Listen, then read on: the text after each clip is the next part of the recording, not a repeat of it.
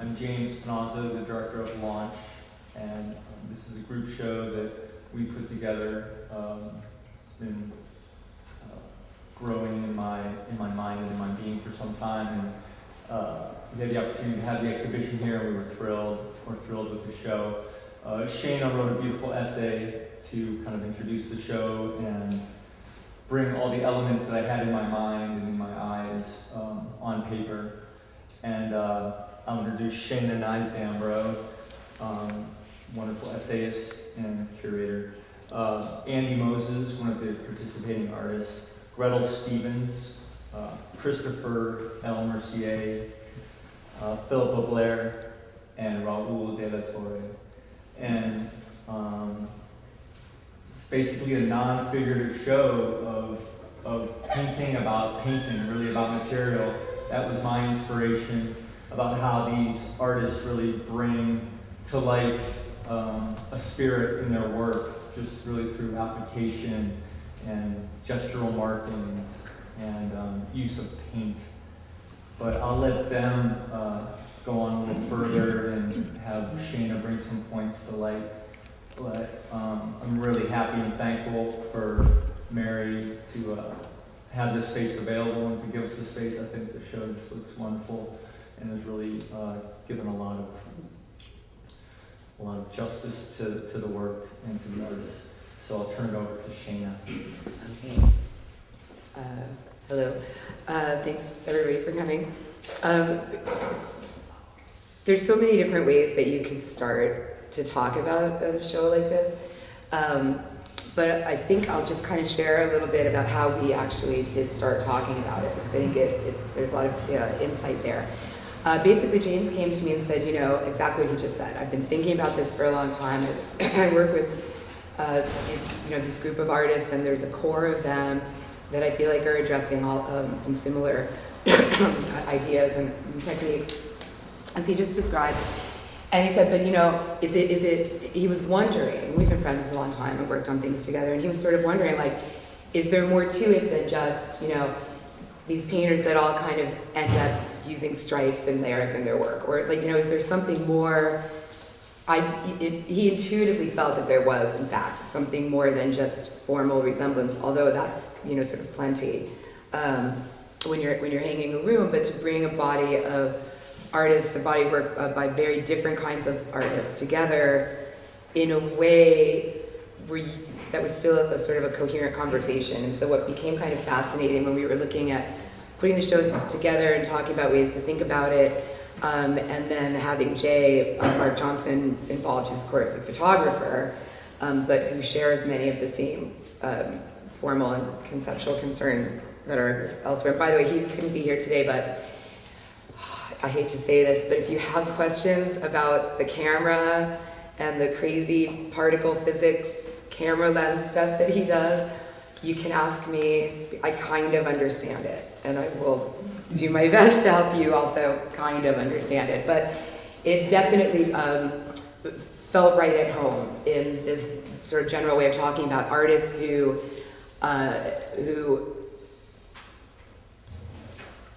all are concerned with the relationship between the natural world and abstract art and actions that they can take that kind of highlight certain moments in that process of perceiving the natural world. And so when we started talking about it, we started thinking about abstraction and what that really is, because of course there's a difference between the abstract and the non-representational or the non-figurative. And if is it an abstract of the natural or built environment, or is it a completely non-referential, pure shape or gesture? Is that even, sort of possible? And all of those big questions, but that these artists are all different, working with it differently. Someone like Andy, who's kind of at 1 foot in each of those camps and all these things. And so that's kind of the range of what we're gonna hopefully get everyone to speak to today. And I'm going to pass the mic around, but I would just say to definitely start with your own work. But if you have, anything that has come up in the course of the show that you also want to talk about, that would be great. And I guess we'll just pull it back in here and there if we have to. Yeah, I think the artists, we don't need to pass the mic. Because they've got mics. Okay, awesome. But and the mic metaphorically, we'll pass them. I think a lot of discoveries were made with the artists themselves, through the wonderful opening reception we had and the really attentive audience that was here, and just a lot of joy and a lot of sharing in the experience of seeing the work and seeing the work together. So I'd just like to open it up to the artists at this point and kind of share their experience with the show, what they've learned maybe about their work, or what the show has kind of brought to light for them. Andy. So I'm first. Do you want me to talk about my work or about the show How more? it relates to the show. Okay. And give us a little insight into your beautiful work. Andy's someone who I've known for some time. He has wonderful representation with William Turner, and we're thrilled to have him in the show with us. Let's see. All these paintings are from the last few months. It's a direction I've been building for about the last 8 or 9 years with these curved canvases. And just in the last about 9 months, I've added one more element to the work, which is the canvases are not only concave from the side, but they're hyperbolic from the top and bottom, which means that they get narrower in the middle from the front. So it tends to sort of force more of the illusionistic aspect on the spatially and just in terms of how you're reading the concave too. It's sort of more apparent when you're looking at the paintings from the front that they're concave. I started doing the concaves because I was working with all these different pearlescent colors that when I realized I get a lot of natural light in my studio, and every time you walk left to right in front of a pearlescent painting, you're getting subtle shifts of color. So I wanted to find a way to kind of accentuate that and enhance that effect, and the concave seems to do that, as well as it had 2 or 3 other effects that I discovered as I was making them, which is it tends to pull you in, almost like a gravitational pull towards the middle of the painting. And I accentuate that with these sort of suggested horizon lines. I guess I would use a term that I came up with in the last 6 months, which is pictorial abstraction. That I'm taking the language, the tropes, the gestures, the markings that come out of kind of historical abstract painting, and I'm trying to reconfigure them in a way that suggests natural phenomenon. And that natural phenomenon has changed every few years. It's sort of changed over the last 25 or 30 years, because I've been working pretty much in this direction since the early 80s. But in the last 7 or 8 years, it's sort of taken the form of landscape, or kind of alludes to landscape, a kind of mythology of landscape, or how landscape actually works, which is that there's a kind of receding center, and then you have a foreground and that's coming towards you at the bottom and top, and these things kind of mirror each other. So I'm interested in this kind of mirroring effect of nature, literally how one thing mirrors another, how on many different scales, water, earth, sky, land, even microscopic imagery tends to kind of repeat through patterns. So I'm looking for these kind of patterns in nature that repeat on different levels and suggest many different things, and sort of many different things in motion. I think that's sort of a critical part of what I do. I'm not trying to create a static painting. I'm trying to create a painting that feels like it's in the process of moving all the time. And I guess that's why I like the color shifting as well. It's kind of additive to that sensation of everything moving. As you move around, you see different aspects and different colors and highlights. I think what's great, what I love about your work in terms of some of the way that I look at my painting, and what you said in your pictorial kind of, I look at pictorial space. Mm-hmm. And I'm very interested in the way the different works in the whole show, how they treat space. And I mean, what you talk about, Andy, I think is great, because what you've done is you've set up a traditional kind of framework in some sense, but you've totally kind of blown it out in another sense. And what's interesting to me in another realm is that it's not only that how you, or the type of, or the space in that way that you've set it up, but it's also in the type of space you make. And what's interesting, like if you look at Jay's, look at yours, there's this, it's a space, it's not a space of, it's not the traditional space of a frozen kind of moment that you reach. It's completely about movement. And it's always moving. And that's what, in my work, I find a similarity to that in my work, but in a different way. Because in my work, I think the goal has always been about how does somebody view it and how is their viewing experience about finding space. Because you, in one sense, with this work, you can be still and you can look into it, but there's so much going on visually that moves. And in that work, to me, the stuff I'm doing, it requires you to move around. Your movement is that making of the space. Definitely. It sort of reminds me a little bit of a book Frank Stella wrote called Working Space, and it was all about how you define space. I mean, it goes back to the Renaissance, back to Caravaggio, but he speaks about how you define space in abstract painting. And I think it's a very different kind of thing.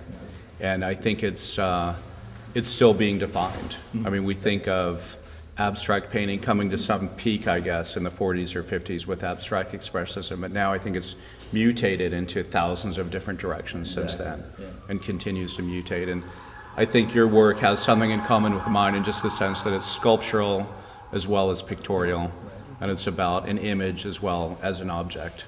So I think, what I think is interesting about this show is that it all hangs so well together. But if you took the two most disparate artists in this show and put them together, they probably have nothing in common. Well, but there's also, a it'd be common enough interesting to thread see to what take people you think from. are disparate. Yeah. I would There's say a whole psychological dimension of like which two are like.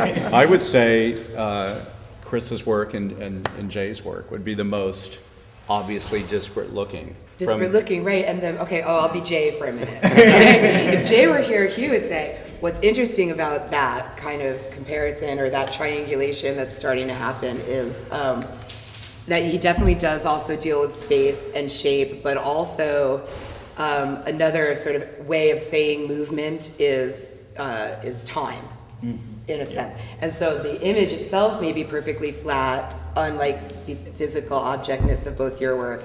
And by the way, just as an aside, I love that you relentlessly just call that painting. It's like it's painting. It's just still painting, and what's the, I think there's a lot in there.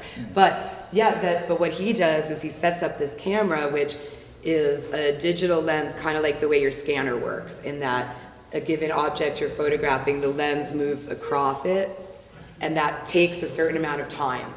And so it's modeled in a different way. And then he manipulates that technology to get something that's more like what happens when your scanner breaks and you get those weird stripes and you can't figure out what the problem is. That's actually what's happening in this camera computer link up that he has with this kind of lens that really comes from particle physics. And so he's actually, the objects that look solid in his images are the objects that were in motion and tracked with the lens, and the space that looks attenuated and striated and pulled apart and in motion and abstracted is actually, the street and the buildings behind it and the immobile objects in the image. And so by inverting that, by applying time to it, he's also talking directly about moving through space. Yeah. In these images, and he has a completely different relationship to the natural world than either of you, and I know Philippa talks a lot about the experience of moving through an urban environment in your work, and so there's definitely something building. So yeah, that was a hint, Philippa. Or you want me? I don't want to talk. I'm just I'm like, right? Wink, wink. You talk a little bit about this kind of thing too. The mic will pick you up just Yeah. Oh, okay. Okay. I've been listening. I've been really enjoying listening to you. I was off on a dream. Maybe that's what painting is about, is a dream. I think I dream my work, but the obsession is action.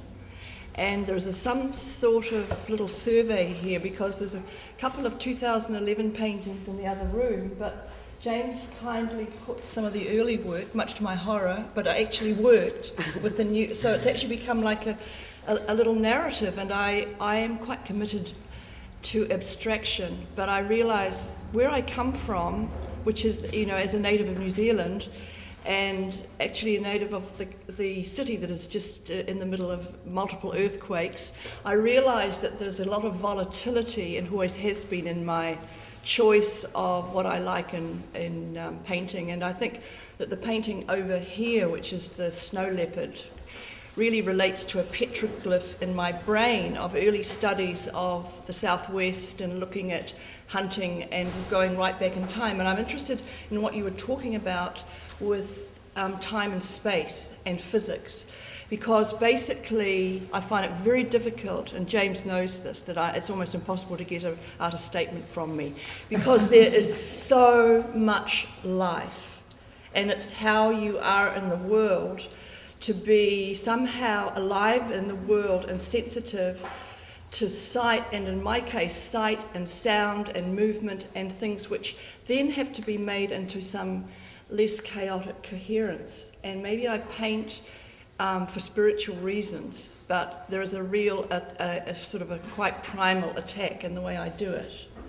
So as soon as I thought I had to speak, I have no words, and then I have too many, and then I have too many, and I can't stop. So you see, somebody else. I mean, I'm happy to answer a question. It's very helpful.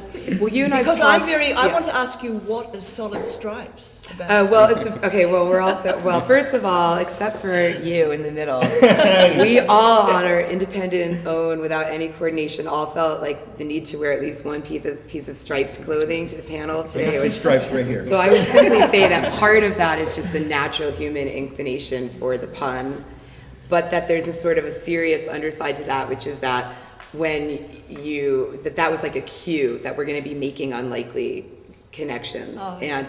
And you know, one of the things I like about the show is that you're looking at so much different work, but there's a large number of words that you could use to describe all of the work in here, up to the point where you have to start talking about what it actually looks like, which is all very different, but that in that sort of realm of idea and motivation, there's way more coincidence than you would think. And so, you know, I definitely want to talk about that, and also, I don't want to put you on the spot, Gretel, because I know you're another one who doesn't like to talk about the art too bad.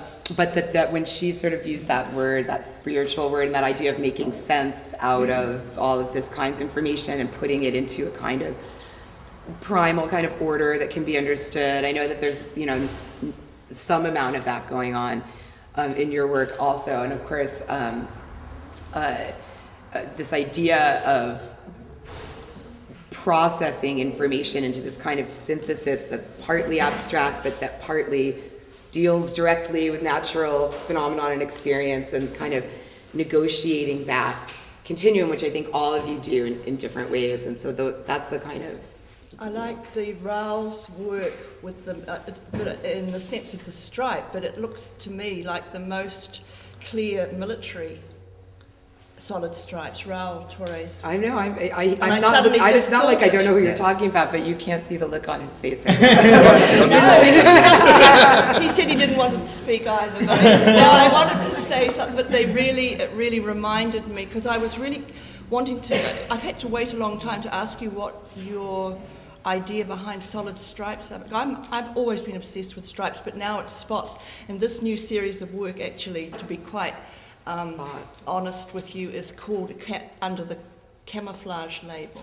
So the stripes have turned into spots, but the thing is, with camouflage and whether it's military or animal or Well, spots are just stripes creatures, the creature of the snow leopard, and doing research in nature, and these things fascinate me, the way people and artists hide in different ways. You know, they're almost like, it's a sort of a camouflage of yourself, but it's also looking at nature's way of protecting oneself and protecting, and particularly things like birds and trees, and you see it everywhere. Building shelters, and lyrebirds in Australia, how they build a shelter, and how song is used, and all of these other Are elements. those the ones that decorate their walkways with berries and stones and everything? Yeah. So I think I think a lot, and then I paint a lot, then I have a rest, and then I start again. But it's very difficult to articulate it in 5 minutes. But I'm learning. Neither Raoul nor Gretel wants to speak, but I'm really sorry to let you both know that it's going to happen at some point. Sooner or later, you're gonna... But if you hear something like that, because when I'm thinking about both of you differently, when this idea of referencing the natural world and sort of instinctual ways in which humans and animals kind of apply pattern in their environments and things, and maybe that kind of neck of the conversation might be.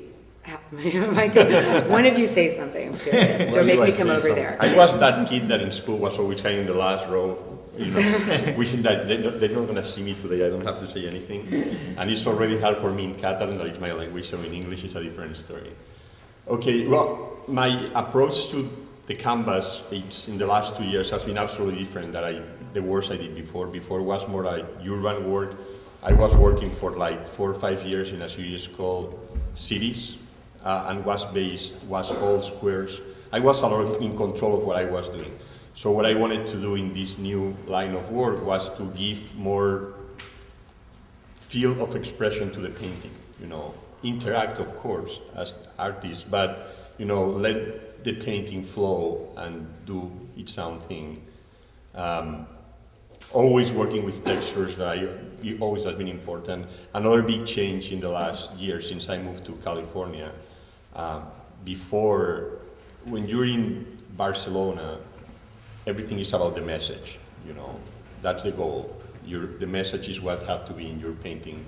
Artists like Inovar, Tapias, it's everything about that individuality, meaning we're not Spanish, we don't want to be, once you're here, that doesn't make any sense.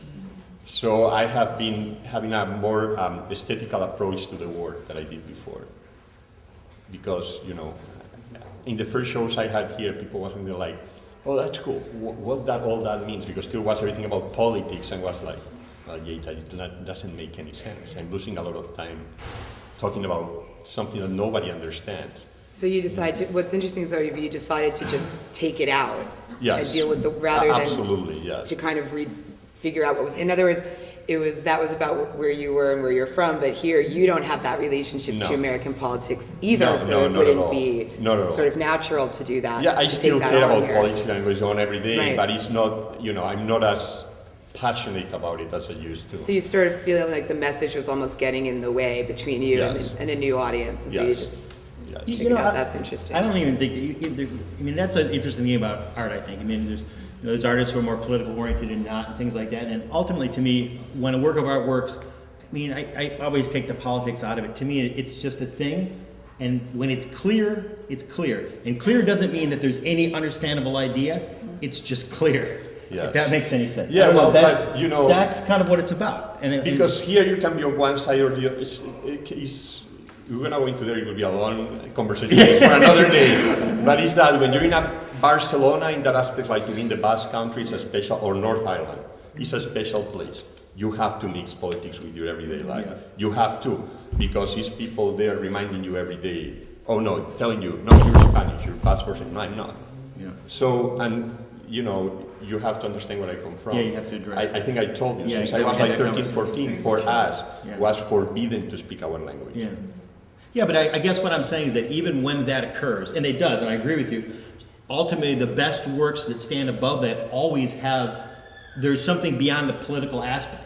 And Yes. that's what really makes the work to me. Yes. I mean, it politically engages it in terms of its time and everything, but there's something else that I think is the thing that people really respond to, and that becomes this other kind of. Yeah, of course, of course. It's that other thing I think that Chris is alluding to, that, you know, describe even the concept of the show, or describe what kind of paintings are in the show. And my first real requirement or feeling was that they're all just really great paintings.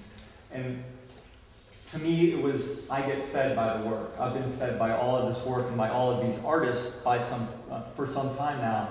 And I understand how they work a little better than I did prior. And I've taken time to ask them about their process and their technique, and how, you know, someone like Andy's a bit of an alchemist. You know, the majority of his work, and correct me if I'm wrong, is that the way he mixes the paint. He's doing his work, you know, in the so-called laboratory, and then his art of applying it and mastering it on the surface. And Gretel's kind of the same way. My understanding of her work is, you know, just takes that beautiful raw material and applies the paint, but then works it so hard, and not applying the paint, but working the paint into the surface and out of the surface, and just the delicacies and the nuances. When I first saw Gretel's work, it kind of settled in a category that was kind of like a blanketed negative type of abstraction that I couldn't process and I refused to, and it was a very lame kind of look at the work. But the deeper I looked at it, and when I saw it in person more and more, you see the delicacies in the way that it's worked, that it becomes just so much more special than any other type of abstract painting. But I'd like to pass the proverbial mic to her, because I think she does kind of have a deconstructionist kind of technique where everyone here is really applying and building. Gretel kind of takes a little bit of a reverse effect and is kind of taking away and massaging almost the work. Whoops. What's left to say? Tell us, Gretel. Okay. Tell us.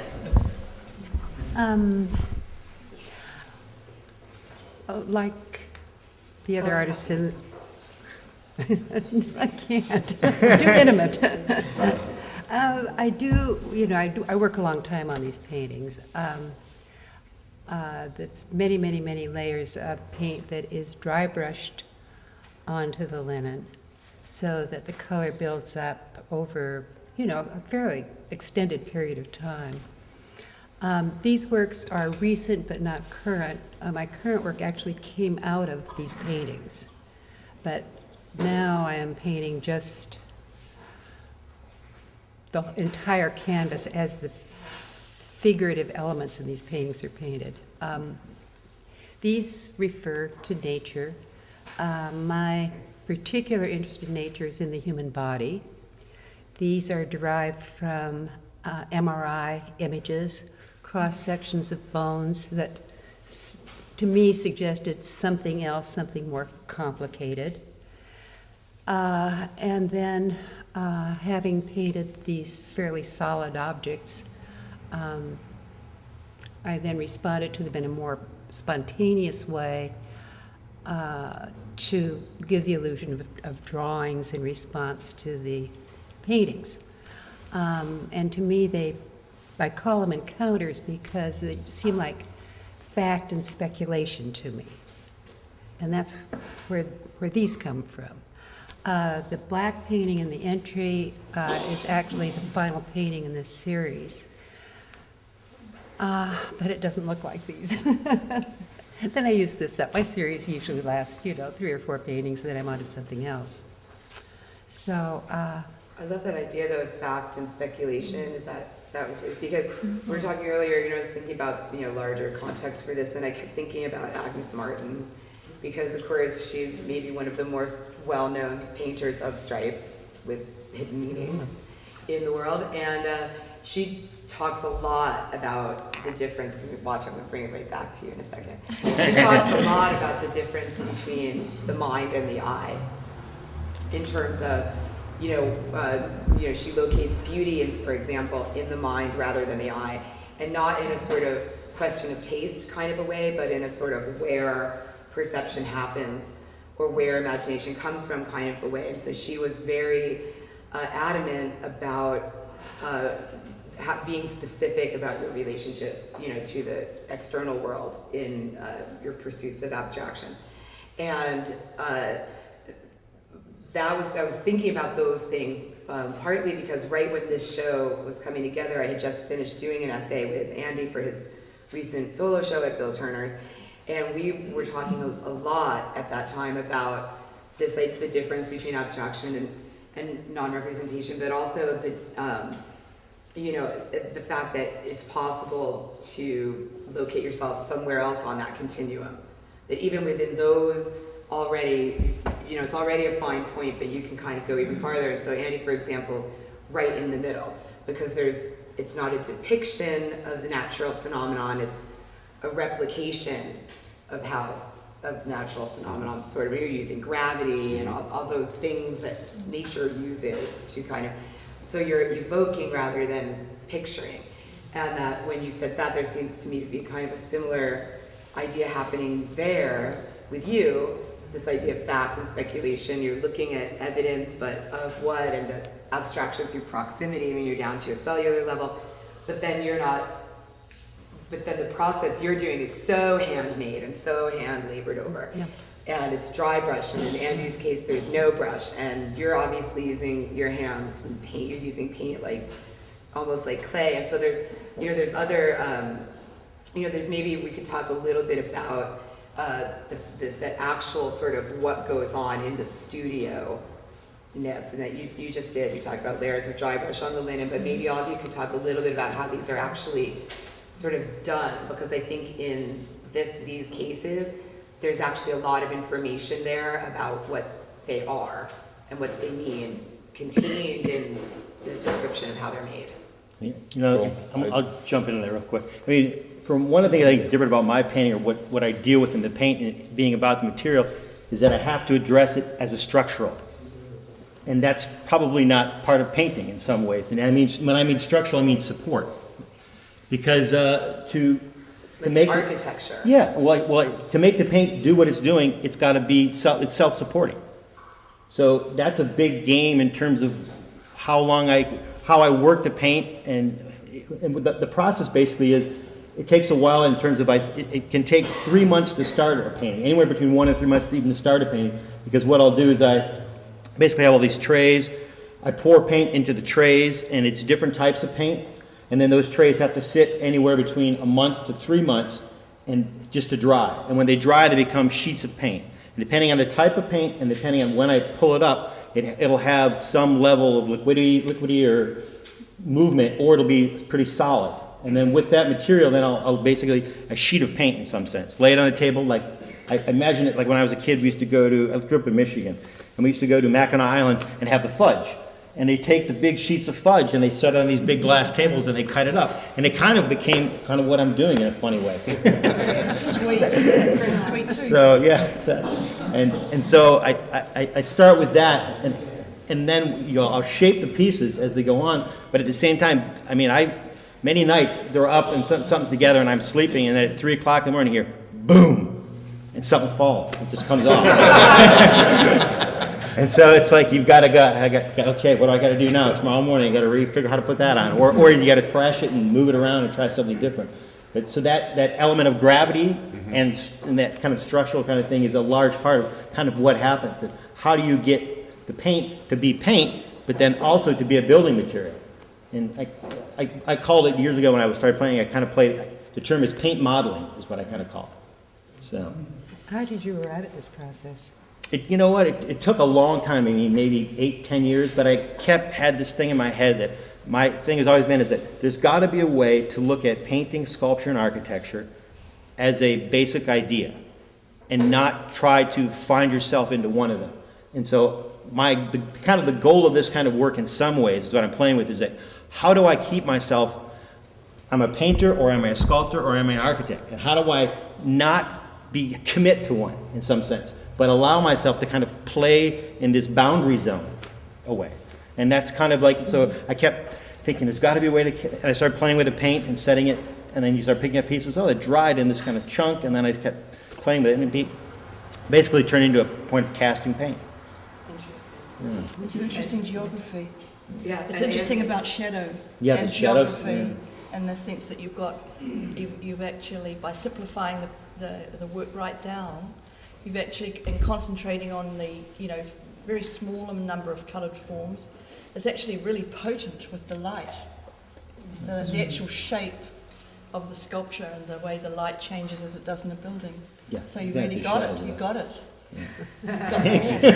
I got something. Philippa, tell us about your Oh no! jazz.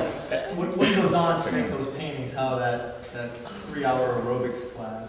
It is about that. Appears on that. I don't go to the gym. I don't go to the gym. I go to the studio. You go to the studio. No, but actually, it's a sort of a strange. It's very. It's very organised as far as the lines. It's a little bit like the way you make the trajectory, like a person doing road design would, and they've. Well, I forgot the name. I just with the tapes. They're my sort of guide, and then I work over and under, and build up the structure and layers, and I work back to front. And it's really we talked about alchemy. I didn't used to work like this, but I discovered the light shifting from Venice to San Pedro, and then looking at the ocean and of course the roads and the freeways, the whole thing about urban and nature. But The actual paint process, I use quite a lot of gesso and black gesso, and then I work with things that don't mix, like oil and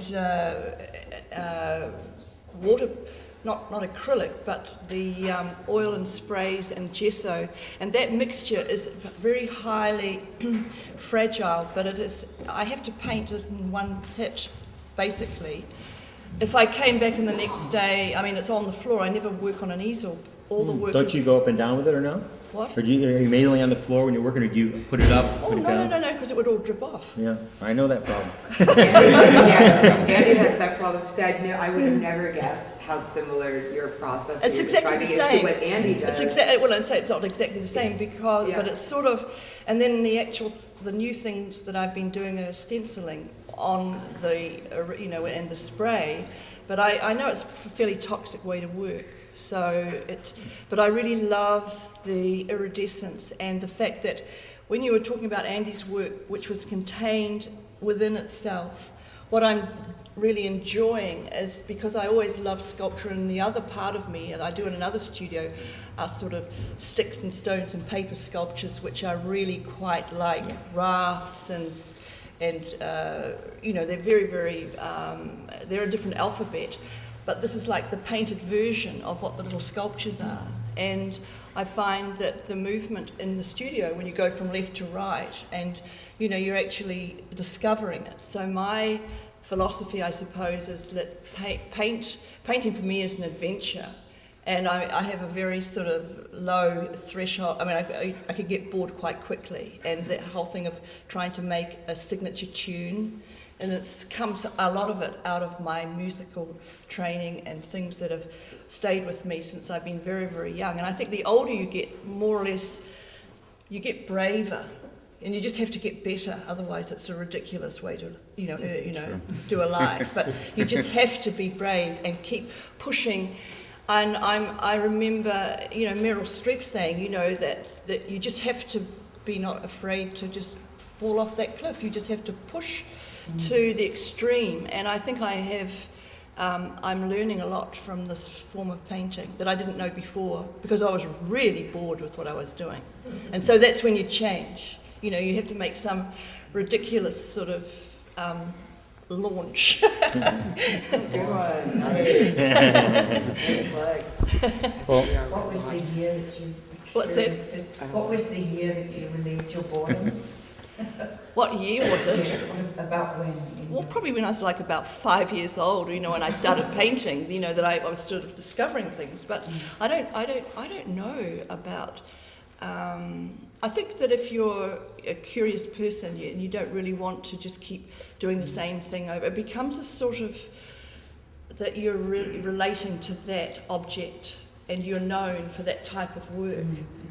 So there are vestiges of, the fact that I'm really committed to drawing, and drawing to me is my process. So I usually draw in books, just blind drawing, and with 2 pencils, sometimes 3 pencils or 4 pencils, and I work with decollage and other forms. And then when I feel after about 2 weeks that I'm brave enough, I'll go into the studio without anything. And that memory or that confidence, because I believe that, a lot of painting is about confidence. I just work without knowing what I'm doing. And then I come out of it, and then I really eyeball it very critically. And it's true, when it's a little bit dry, it does go up on the studio wall, and then you get a distance from it. And then that other process can take months of adjustment. But the actual body of the work, it's sort of a choreography. So I see it a bit like a dance score. And if it works quite well, I mean, there's only, there's quite a big failure rate, but when one works quite well, it can last for a long time, because you will never get tired of it, looking at it. And also the risk factor, I didn't realize you had to do that in one day. Well, no, Or the sort of original what- or the mark base, out. the No, bottom, the mark yeah. out, like you say. You have to, because this idea of like movement and space and the objectness, and I guess this is the first time I've ever really talked to you about how they're I made. know, but there's actually But wind that's really forces. interesting to me because it doesn't sort of seem, it seems more, it doesn't seem like that. I mean, you know what I mean? It seems more worked Well, it is. It worked after that. After Yeah. that day, it's about composition because I'm really obsessed with composition. Although you might not think so, I think it's very flexible, and so the lines are my guiding lines, and I like the idea of the space to be sort of pulsating as well. And then with the spray, sometimes that will work on. If I spray a patch of very wet oil paint. There's it's like a divine wind up there at the top right hand corner. You see these strange things happen. You couldn't do that with a paintbrush. Right. Okay. Perfect. See. Okay. So perfect segue. Thank you. Because Andy doesn't use a brush at Yes. all for that exact reason. Because that's not the kind of relationship you want to have. I mean, that's not going to help you get the image you want out of No. this material. Is the use of a brush. Right, and I'll get There's to no my brush strokes process. in that painting. There's all sorts of other things. There's carving, and Right. I use a big trowel like on a building site. Andy just moves it around And like a big tray. squeegees. Right? I mean, it's sort of like, it's just funny to me because I'm putting you guys on a continuum. I know. I'm trying to get some comparisons It's like going. cooking. Where, Chris talks about letting it dry in a tray for a month because that's what it's going to do. And then, the different things. And then Andy's like, they're all relational. It's all spokes on a wheel. But Andy's kind of in the middle of that. It's like you don't have 3 months for this to dry. Right, You'd it's like all a done. day. It's all done in one shot. But Wow. I want to sort of. And you can't do it by yourself. If it's any bigger than this, you physically, you Well, sort of. I you can, always but- do them by myself, but there's a limit to Yeah. size. That's not what, I didn't mean painting. I mean the But- part where you're moving them. It's made on the curved surface, and I'll Yeah. talk about my process in a Yeah. bit. I just wanted to get back to some words that you guys broached earlier that kind of intrigued me along the way, which were politics and cellular and middle way. Okay. So I will address those briefly. Readdressing your notion of politics and art, I think sort of what all this work has in common is something to do with the cellular or the DNA. Because I think that we live in the moment that we always live in, but I think that collectively our DNA goes back thousands and thousands or millions of years. And I think that abstraction in general seems to try and address more kind of primal ideas about the world we live in and ideas that have been around for a long time, that even if we're not conscious of it. Whereas more political or topical work is very much about the moment we live in, and that's pretty much it. So I think there's a lot of approaches to making work, and I think both are completely legitimate.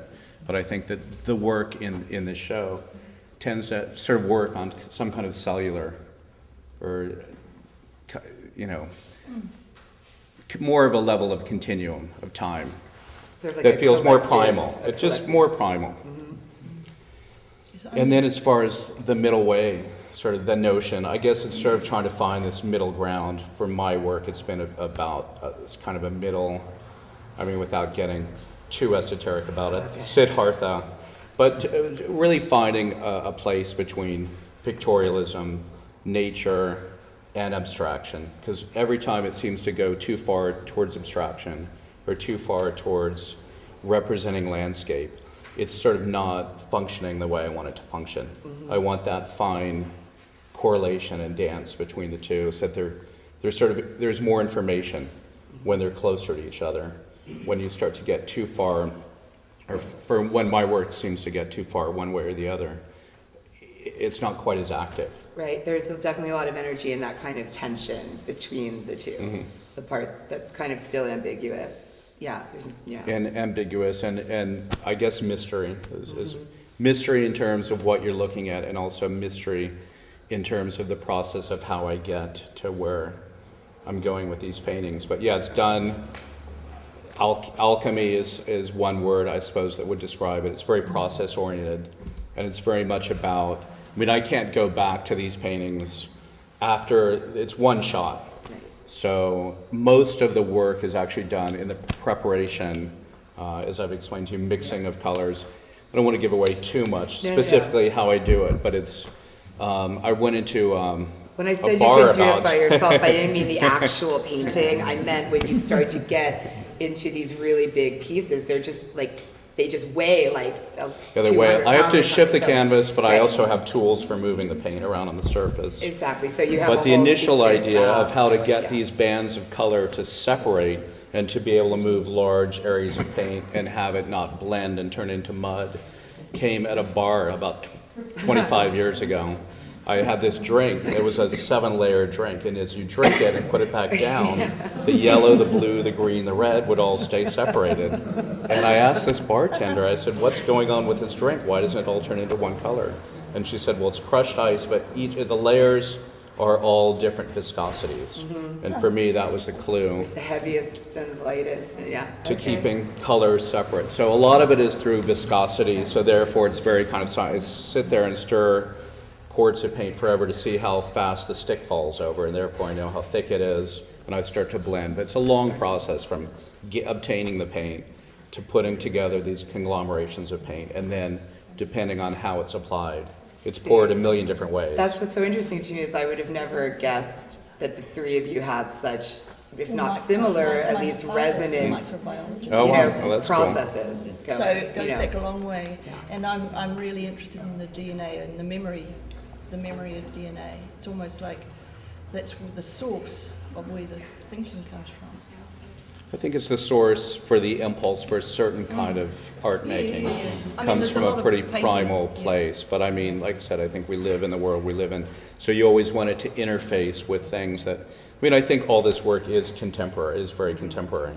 And you want it to be relating to other contemporary work. But I think the urge towards this kind of work that's more abstract or a little more mysterious and not specifically about topical issues in the art world right now does work on just, you relate to it in a different way. It's coming from a different point of view. Yeah, how about a few questions, anything that's, Diane has a question. Thank you. Hi, I'm Diane Holland, and I wanted to just first say thank you because I think that the show, on so many levels of taste, touch, sight, sound, and smell, has an integration that is so much a part of the history of the old integrating the new. One of the things when Andy was talking that occurred in my mind, I just happened to have been getting some testing done at Cedars, and there was Laddie, and and there was Frank Stella, and that's as far as I got because I was in a modern treatment center feeling this work coming. And what I like about the way this is birthing, it's not birthing from trauma. It's birthing at a very primary sensate level of understanding the movement of the cell, C-E-L-L. I like that. Yeah.